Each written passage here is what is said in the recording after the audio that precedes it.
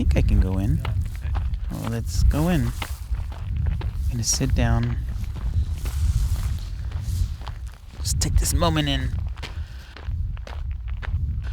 How many people have passed through here? Okay, here we go.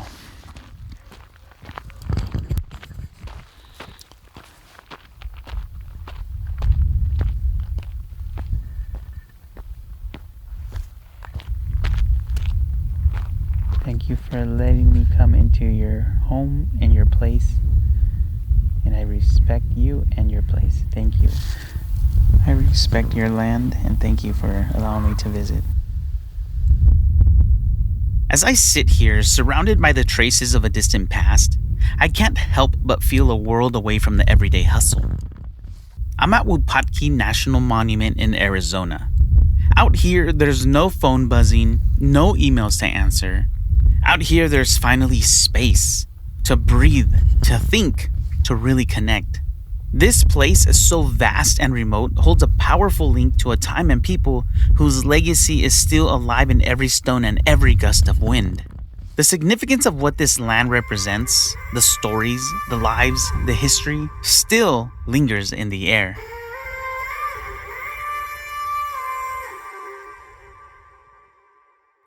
Hello, my name is Jaime and welcome to Recurrent.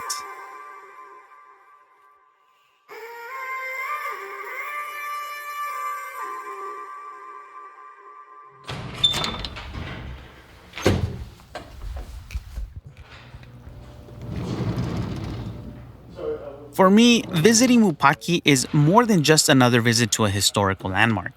It's also deeply personal. My mom, who found so much peace in the outdoors, made her last big trip to the surrounding area here when she was still healthy enough to travel. It was a trip that unfortunately I couldn't make with her, but now I can almost feel her beside me here, reminding me of what's important. As I walk these trails, though, it's clear this place holds meaning way beyond just my own story. Wupatki is a site with deep historical and cultural roots. And to really get a sense of its importance, I talked with Frank Matero, professor of architecture and historic preservation, who heads up the historic preservation department at the Weitzman School of Design at the University of Pennsylvania. He also is the director for the Center for Architectural Conservation. Frank joined me remotely from his home in Pennsylvania. We were set to meet in person at Wupatki when I visited, but due to unforeseen circumstances, we couldn't connect in person. Despite this, our conversation was just as insightful. Frank's work at Wupatki has been key in helping to preserve its stories. He's been working closely with the National Park Service's Vanishing Treasures program. Early on, the National Park Service certainly recognized the site's importance for its archaeological significance and, in fact, designated Wupatki a national monument in 1924. Both the archaeological evidence and the native oral histories identified as a crossroads for several cultural groups that were in the greater region. Many of the objects, artifacts found, as well as the architectural styles, all suggest a mingling of groups at Wupatki. So a very significant place. Located in northern Arizona, Wupatki was a thriving community for the ancestral Puebloan people over a millennium ago.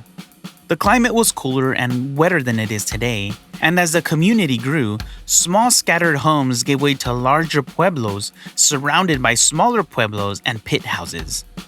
The term Pueblo refers to both the settlements and the Native American tribes of the Pueblo peoples in the southwestern United States. People farmed and traded all kinds of exotic items like turquoise, shell, jewelry, copper bells, and even parrots. Wupatki really blossomed as a meeting place for different cultures, and you can see this in the ball court they built. It's similar to those found in Mesoamerica and is actually the northernmost example of this kind of structure. Wupatki is mainly known today for its 104-room pueblo, which is a kind of building and which stands as a testament to the ingenuity of its builders. It's the largest freestanding pueblo in northern Arizona, and the tallest part of this structure rises about 3 stories high. It's setting in that very small red canyon. The architecture of the pueblo is made of the same stone. It rises out of the canyon. Picture a small apartment or office building in your community today. Like some of those, this pueblo had a community room and a ceremonial ball court, places for people to gather and play. Now, while it might not soar into the sky like a skyscraper, over 800 years ago, this was an impressive feat of engineering. Constructed without modern tools, the ancestral Puebloans used stone, soil, and water to create a structure that still commands attention. As I walked through Wupatki, I was struck by how seamlessly the walls, made from the local Moenkopi sandstone, with that distinct red color, blend right into the desert landscape. It feels like the whole place is inviting you to relax and feel at home in nature. And then in that great black sand desert due to the volcanic eruption in 12th century. Frank is talking about the impact of the eruption of Sunset Crater, about 17 miles south of Wupatki. After that event, a lot of families left that area to look for a new place to settle because their homes were lost to ash and lava. The initial draw to the area we now know as Wupatki was due to the fertile conditions created by that volcanic eruption. The volcanic ash helped retain moisture in the soil. But an inevitable change happened.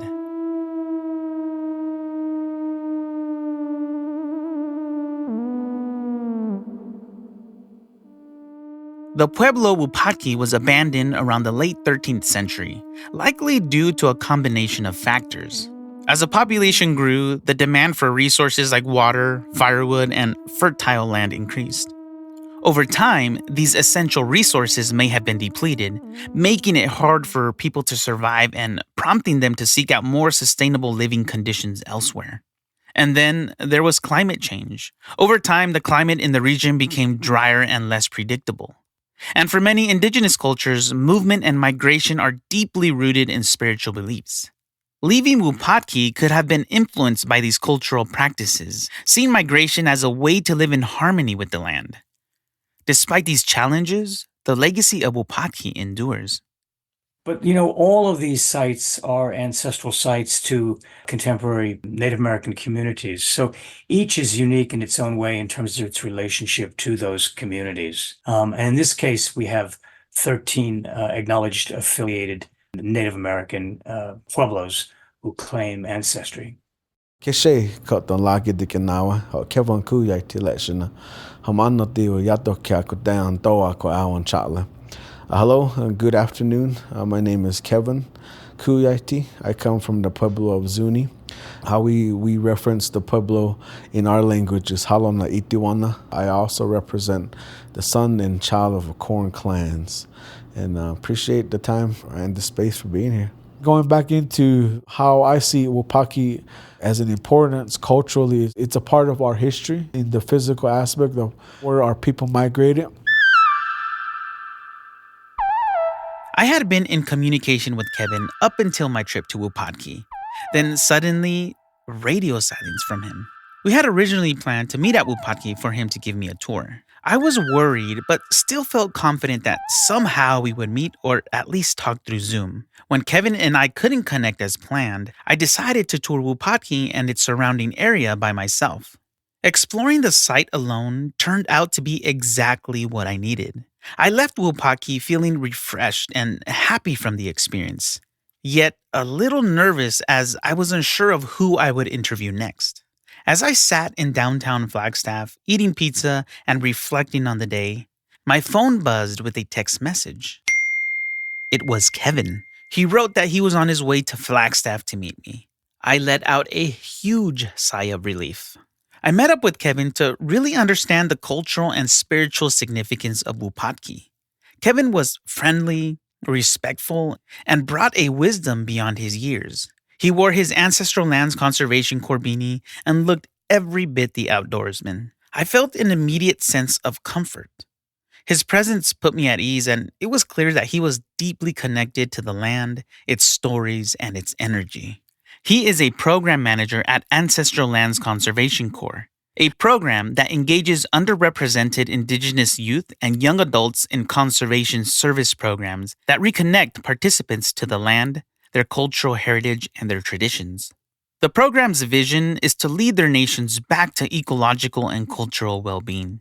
When we spoke, Kevin made it clear that Wupatki isn't just some old ruins. This site is still very much alive. The breadth of the universe resides here at Wupatki National Monument. The blowhole is the epicenter of life for all living beings. The rocks, mortar, and empty rooms of the pueblo are all living. Okay. Let me take my glasses off, but let's put my head over the blowhole.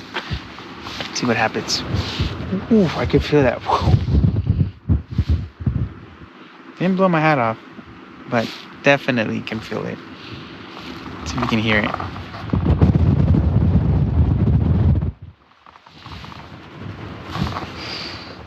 It's amazing.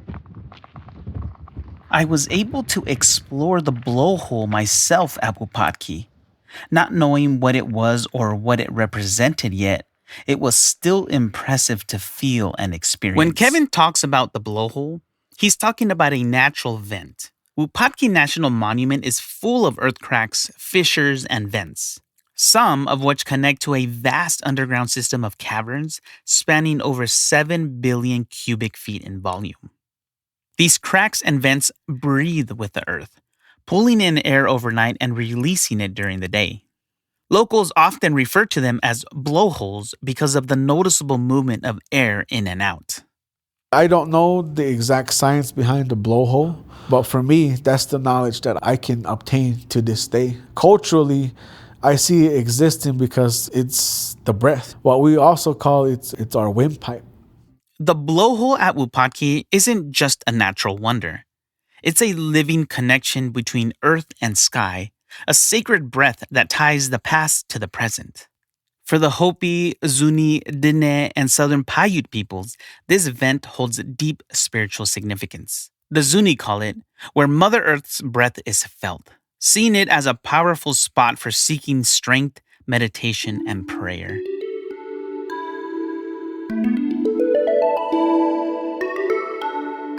Speaking with Kevin really highlighted for me this deep spiritual connection Native American communities have with Wupatki.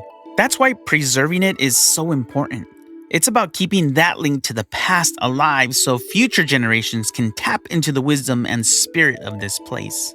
But like so many ancient sites, Wupatki faces real and evolving threats that could put its survival at risk. Here's Frank Matero again. Well, look, like so many National Historic Sites, Wupatki suffers from insufficient funding, from staff shortages, and from deferred maintenance. Ruins conservation and management is a deceptive paradox, right? I mean, you have to do a lot to give the appearance of doing nothing. And Wupatki's no different. So the illusion of no change is a difficult feat, especially for standing ruins that require continual upkeep. But all archaeological sites, all ancestral sites have this common problem in that they are very difficult to maintain, as all standing ruins, because of the nature of their incompleteness, their fragmented form. And of course, the exposure at Wupatki is quite severe, the weather quite severe, and all of this takes a toll on what seems to be immutable. To understand how to protect Wupatki for the future, Frank and his team have really dug into the site's history. We use historical, what's called legacy data, historical photos, records. We look at past climate data. We look at how the site has been maintained over the years, what kinds of treatments were used, were they successful? We are using time lapse or time sequence photography to see where the snow falls, where the rain collects. Like human beings, each site is distinctive and unique in its own specific way. These sites may share materials, they may share construction methods. In fact, many of these standing ancestral Puebloan sites are more alike than they're different. But context is everything, and their specific context, their microenvironmental context, really determines how they are going to respond to this climate change. Could you share some of the specific preservation challenges that Wupatki faces and how these challenges influence the strategies you and your team employ? the effects of a changing climate are a new challenge, and one that all conservation professionals are facing now. And we're all scrambling to understand the effects. I mean, part of the problem is that we've not done a very good job of understanding how these sites have performed over time since their designation, and we need to catch up. And this has been foundational to our current work through the Getty Foundation grant to define a framework that considers what we call site vulnerability in terms of the materials that the buildings are made of, how they're constructed, their environmental context, which of course includes climate. It includes previous treatments and how the Park Service has maintained the site since the 1920s. And finally, climate change, a changing climate. The regional climate response, as the climate scientists know, is that the region will be getting hotter and drier. And then with seasonal moisture, that is occurring now with greater intensity. So I think these variations in the climate, what we have to think about is how these might challenge and push the threshold of the performance of the architecture as it was designed, built, used over time. You know, when Wupatki was built, when it was used, maintained, it was done in a predictable climate. You know, climate science is anticipatory science. We don't know what we need to know, and we don't know, where it's going because our data sets up till now are not reflective of what's to come. And so that's been really the biggest challenge. In addition to the traditional considerations like how materials age, climate change brings new challenges that demand innovative approaches, making collaboration between scientists, conservationists, and native communities more crucial than ever. Programs like Ancestral Lands Conservation Corps, where Kevin serves as program manager, and the National Parks Service's Vanishing Treasures program, where Frank works, are essential in addressing these challenges. Vanishing Treasures, in particular, was established in 1998 to tackle the unique issues faced by archaeological sites and vernacular architecture in the American West, especially those not in active use. Recognizing that not all historic sites are alike, the program tailors specific conservation strategies to the needs of each site. These sites require special care and attention, not only due to their historical significance, but also because of their complex relationships with local communities. Kevin explained how the needs and beliefs of the local communities can sometimes be at odds with traditional preservation practices. Although a dwelling hasn't been occupied for quite some time, there is still a presence there. There is still a spirit there. There is still energy there. There was perhaps a purpose of why the people left, or why there's certain structures that shouldn't be, rehabilitated. There is a notion of respecting whether it's a structure or something of cultural significance, to let Mother Earth take in those resources once more as a way of coming to full circle or coming to full term of its existence. Much like our purpose, I feel, as being a physical self. We don't have much time. We pray for a longevity, don't get me wrong, but we ultimately have that expiration.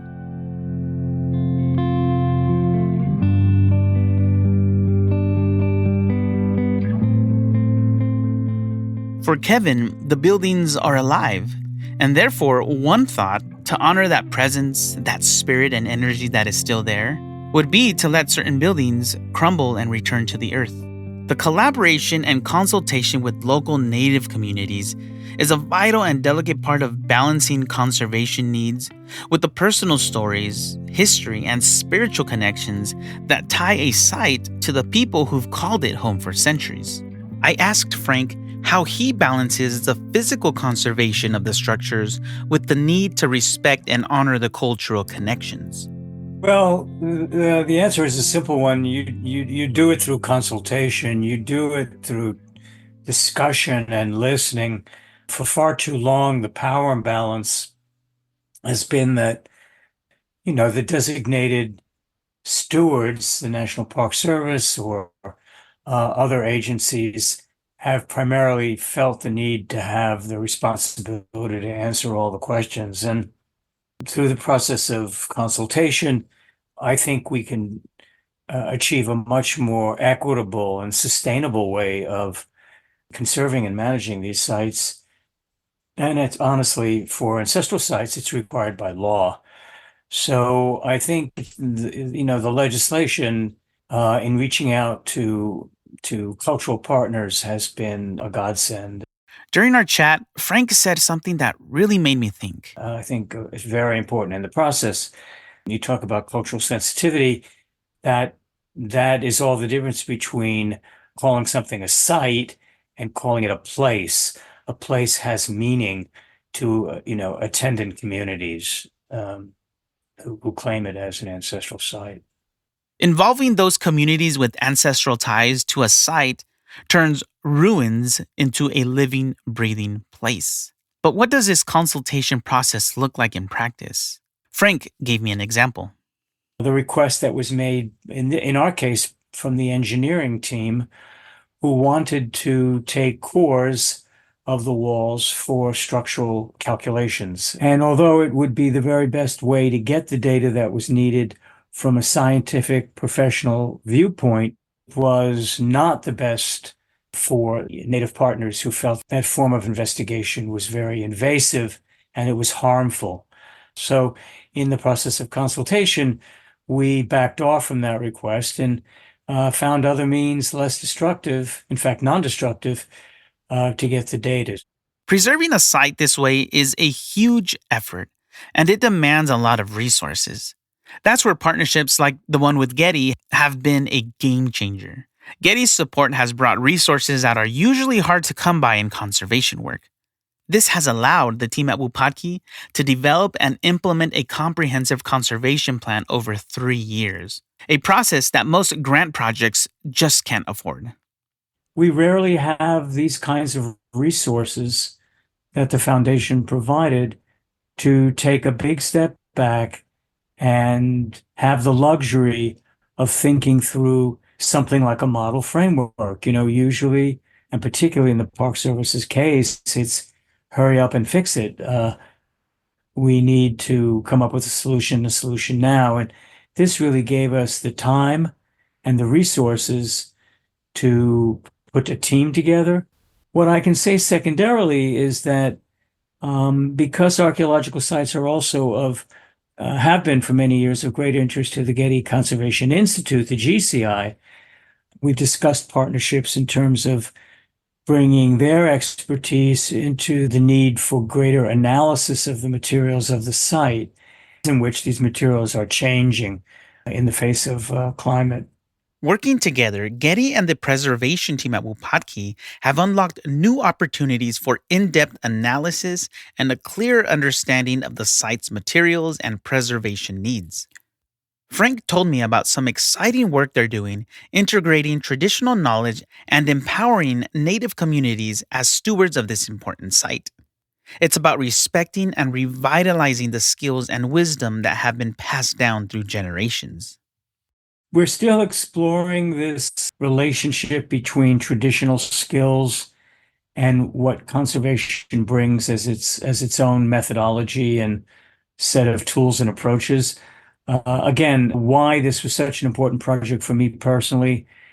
Not only were we partnering with Ancestral Lands Conservancy, which is responsible for bringing Native youth to these sites and instructing them in traditional ways and with traditional materials.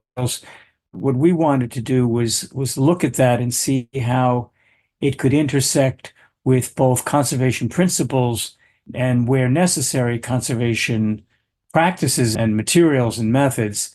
Wupatki is made up of 3 materials: stone, soil, and water. As a result, one of the best ways to stabilize, preserve, and conserve the site is to use those ingredients, particularly soil and stone. But we want to obviously pay attention to the authenticity of the site and not to add or remove anything that was placed there by the original builders. Very important. So the question was, how could we utilize skill sets related to traditional earth and mortar methods, stone laying methods. For example, a wall that might be leaning or a wall that is detaching, or voids have built up over time from water intrusion. One way they do it is by working with engineering partners from the University of Minnow, who use an earthen grouting technique that leaves the cavities of the walls undisturbed. In the end, they're using traditional materials in an untraditional way, in a way not used by the builders, but which honors them and honors conservation principles.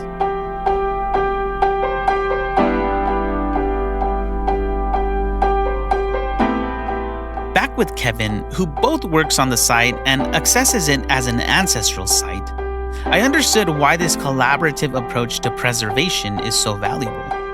I see those spaces, those sites, as cherished treasures, because not only are they a part of our history to some degree, definitely personal stories and personal spaces are in fact a part of our history. But that's the learning experience I'm undergoing. What exactly is a part of our cultural history? Kevin and members of the Zuni tribe of the Zuni Reservation, New Mexico, know this cultural history from their prayers and the oral tradition of storytelling. And it's powerful for him to be able to return to these places, pray at them, and live out these same stories. He explained to me how he uses the site. At least from the Zuni perspective, we do initial offerings, and a lot of what knowledge that is taken away from perhaps visits is, again, just through the spiritual connection, whether it's a sensation or answers are given like mentally, or I don't know if that makes sense, but it's like meditation, right? Like you're trying to seek that point in that meditation, that zen moment, if you will. It's almost like that for myself whenever I come across a site, or especially when I'm working with the site. And definitely it does most likely occur when I'm alone. In these sacred moments, it's clear that Wupatki is more than just an archaeological site. It's a living place, full of energy and connections that go beyond time. Preserving Wupatki isn't just about saving stones and walls. It's about protecting that link to the past, the connection to the people who once lived here, and accessing their wisdom. It's making sure future generations can stand here and feel the same connection to history that Kevin feels and that I'm feeling now. And so they can't explain it, but ultimately what we know is like there is a transfer of knowledge. There is a transfer of that mutual existence. Whether you want something positive, you'll get that same positive reaction, or whether you're in a tense mode, you're going to receive that back.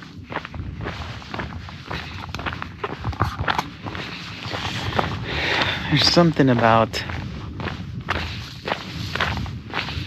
being in a place. I don't know, it's just, something about being out in nature and learning about a place, still being undeveloped, untouched, but I just feel incredibly grateful to feel, there's a feeling here. I can't explain it, but it's just, you feel, at least I feel at peace. I feel connected, like to nature. In episode 1, I talked about, losing my mom.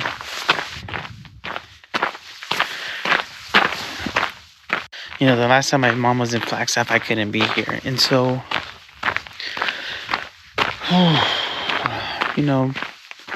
even just knowing that she was in, that city, knowing that she loved this type of stuff, makes me feel connected to her.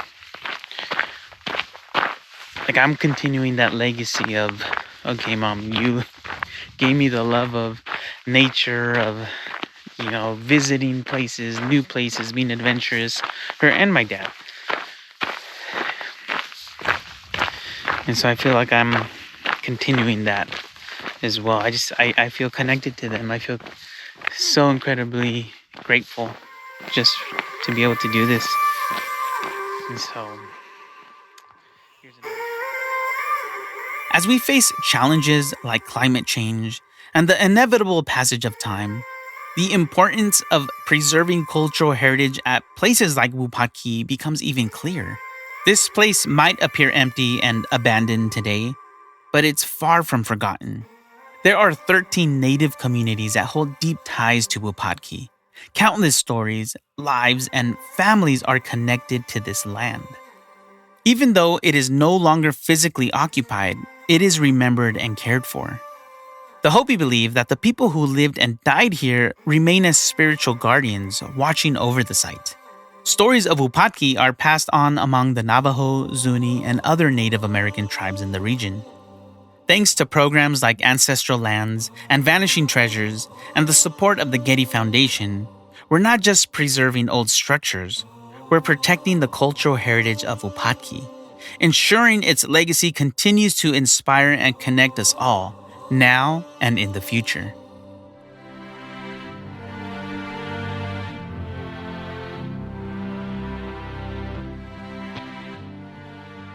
Thank you for joining me on this episode of Recurrent.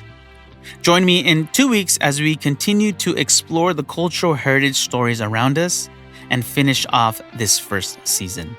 Let's see what we can gain by keeping the past present. Recurrent was written and produced by Jaime Roque, audio production by Jaime Roque, with creative support from Zoe Goldman. Our executive producer is Christopher Sprinkle. For transcripts, images, and additional resources, visit getty.edu/podcast/recurrent.